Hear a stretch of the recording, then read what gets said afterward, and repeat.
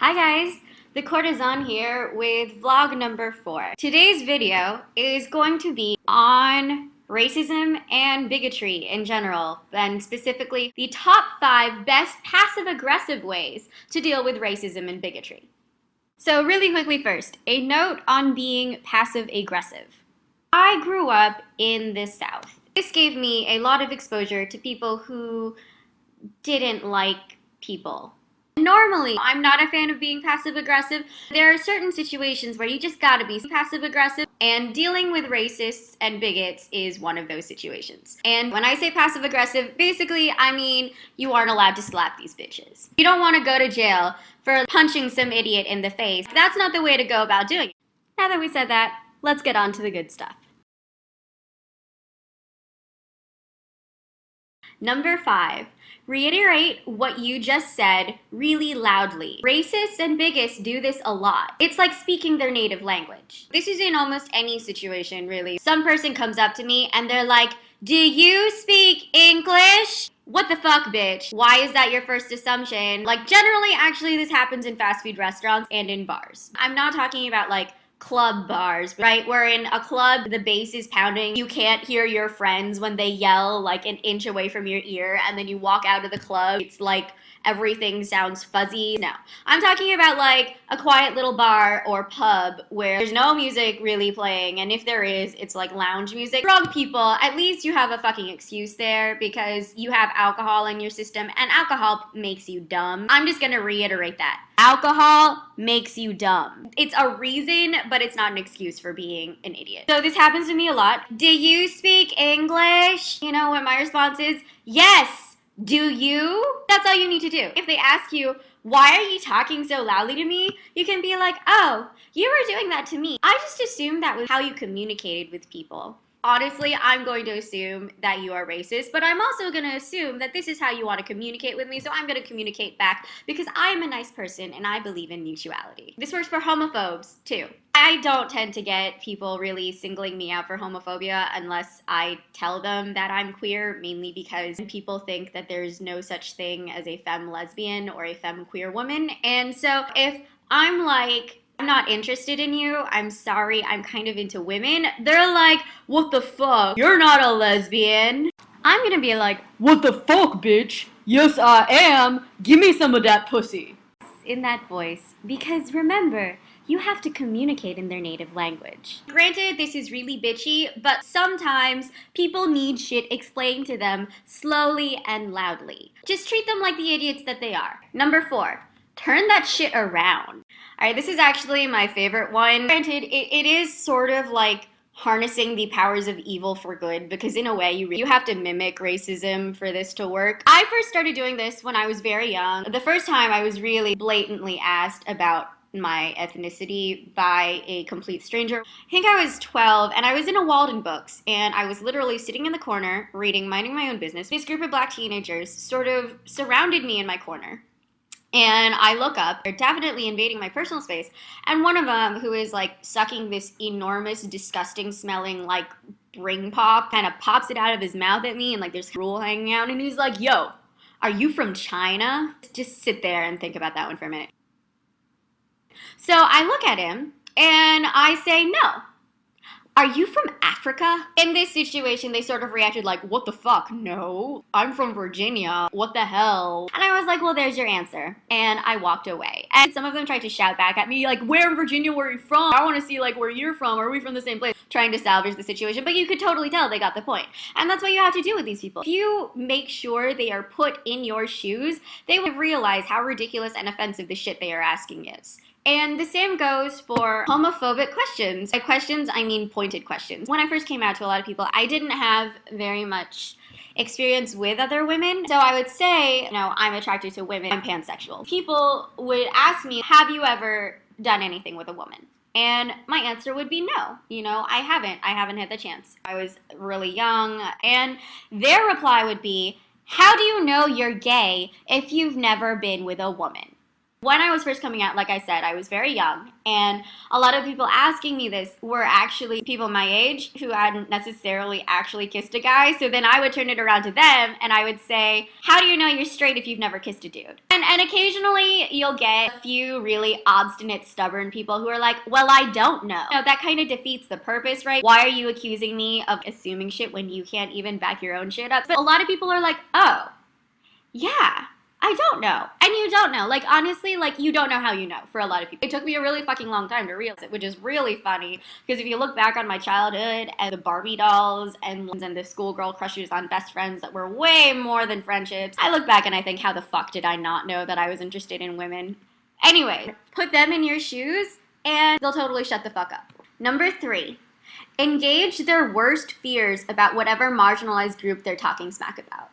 I like this one because it is equally effective if you are dealing with any sort of bigot, be it like a racist, be it a homophobe, be it a person who discriminates based on religion, anyone who's making blatant, prejudicial judgments based on stereotypes. This fucking works. Okay, good example. In terms of racists, someone yelling at me like, chink, go back to China, like, what are you gonna do? I'll be like, not only will I kick your ass with my major kung fu, but I will use my Asian math skills to like, figure out a way for the IRS to audit you, bitch. Get out of my face. And if there is one thing that bigots fear, it is someone taking their money and also beating them up. Or these homophobes would like yell shit, be like faggot, like cocksucker, take it over the ass, what the fuck? I don't know. I don't speak homophobe in general. To me, it just sort of sounds like they're stringing random offensive words together. All you have to do is be like, yeah, sweetheart, I am. You want a good time? And they'll just like be like, what the fuck, what the fuck, what the fuck? Oh my god, I got it. Everyone will fucking laugh because there's nothing more hilarious than someone who's incredibly belligerent all of a sudden turning into like a scared motherfucker. If they are a male homophobe, the general fear is that I can't be in the same room as a gay guy because they'll totally like ass rape me. I don't really understand this mentality, mainly because it is evident to me that gay guys are like supremely picky. It takes a hell of a lot of self-esteem for you to say, I am hot enough so that a gay guy will want to rape me. I mean, granted, that's also wrong. Like, they are attracted to you. They probably don't want to rape you. They probably want to have nice consensual sex with you. So basically, use that shit, and maybe you could be sort of accused of contributing to racism, but also the point is to embarrass these people and make them question things, and later on, it is inevitable that these people are gonna look back on the situation, and they're gonna think, I, a grown man, just ran away from a guy because he batted his eyelashes at me and flirted with me. Or they got scared away by a little tiny Asian girl talking about auditing them and beating them up. Really, there is no muscle here. They're gonna look back and they're gonna think, what just happened? Am I really dumb? And then they're gonna realize, yes, that was really dumb. You got taken advantage of because of your own ignorance. Number 2. The I don't speak English defense. Can understand if like at first you're gonna have a negative reaction to this, particularly because it doesn't seem like it applies to every situation and it's just like a racism thing.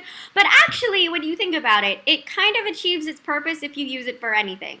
Basically, this is the situation. Somebody comes up to you and they start giving you shit. It can be for fucking anything. It can be because you're black, or you're wearing a necklace with a Star of David on it and they hate Jewish people, or, you know, them wanting to take you back home because they saw you kissing your girlfriend and you're a girl too, and they're like, oh my god, bitch, that's so hot. Like, it doesn't fucking matter if you're white or if you're a minority. Like, seriously, this will shut them up, because all you have to do is look straight into their eyes and be like, I don't speak English, and walk away. No need for accents. No need for being a minority that would be assumed not to speak English. That shit is a non sequitur. Non sequiturs are kind of the native language of bigots. Non sequiturs are confusing, and confusing things shut people up. It's even better if you don't have an accent, by the way, because then that just confuses them the fuck more. And walking away is always good because you avoid confrontation, and leaving them standing there and confused is really fun. Number 1, hand out informational pamphlets. I realize this may take a lot of work, and I realize that it's kind of inconvenient to have to carry around a bunch of pamphlets everywhere you go, but the Gideons do it, and look at how successful they are. Like, when's the last time you went into a hotel and there wasn't a fucking Gideon Bible there? I mean, those bitches, they know how to get their message across. I went to college in the South, and it was an open campus, so that meant the public was allowed to come in there and protest occasionally. Maybe like once a month there was the crazy Christian fundamentalists with a sign that says things like God hates fags and professional athletes. I had no idea. They have like pamphlets and they have like their Bible verses that they claim are the truth and also well translated. All of their shit and their sources and their citations. Granted, these are not good sources of information, but at least they have them. You should do the same thing. The best way to go about attacking your enemy is to use their own methods against them. Because clearly, if they're doing something that they think is like something that people are unable to defend against, then that means they won't be able to defend against it themselves. And also, imagine the look on some homophobic bigot's face, right? If you give him like a gorgeous pink, fabulous, bedazzled pamphlet that says everybody is gay, think about how fucking awesome it would be. Personally, I feel like it's well worth the time and effort. Do it for anything. Or make them facetious. Black people will not shoot you on sight. All Muslim people are not terrorists. Lesbians will not beat you up unless you really deserve it.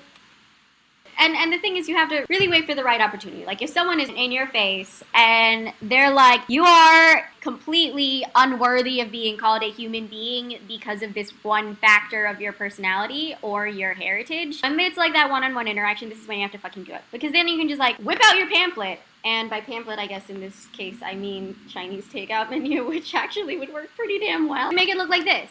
You can make it say, like, Chinese and American food carryout, famous Cantonese, Szechuan, and Hunan cuisine. And then they'll be like, ooh, let me order some General Tso's chicken. And then they'd open it up and it would say, make dim sum, not war. It's like a guerrilla marketing campaign, right? And in terms of the completely flamboyant pamphlet idea with the pink and the bedazzling and the glitter and shit, who the hell is going to be able to not open that? I feel like most people would be like, wow, that's really impressive, and they'd want to open it to see if like the inside is bedazzled too. You don't have to bedazzle the inside, that would take a lot of time. It'll have like all these great messages. And it's true. People are only receptive to the ideas that they want to be receptive about, and it's really hard to inform people who are resistant to these ideas. But if you do it in an unexpected way, the surprise makes it so that it's sort of impossible for them not to think about it. Surprise and sort of jumping on them with these ideas, it's a strategy that bigots tend to employ. In this way, it's making sure that ignorance doesn't spread. So the basic lessons here are: 1,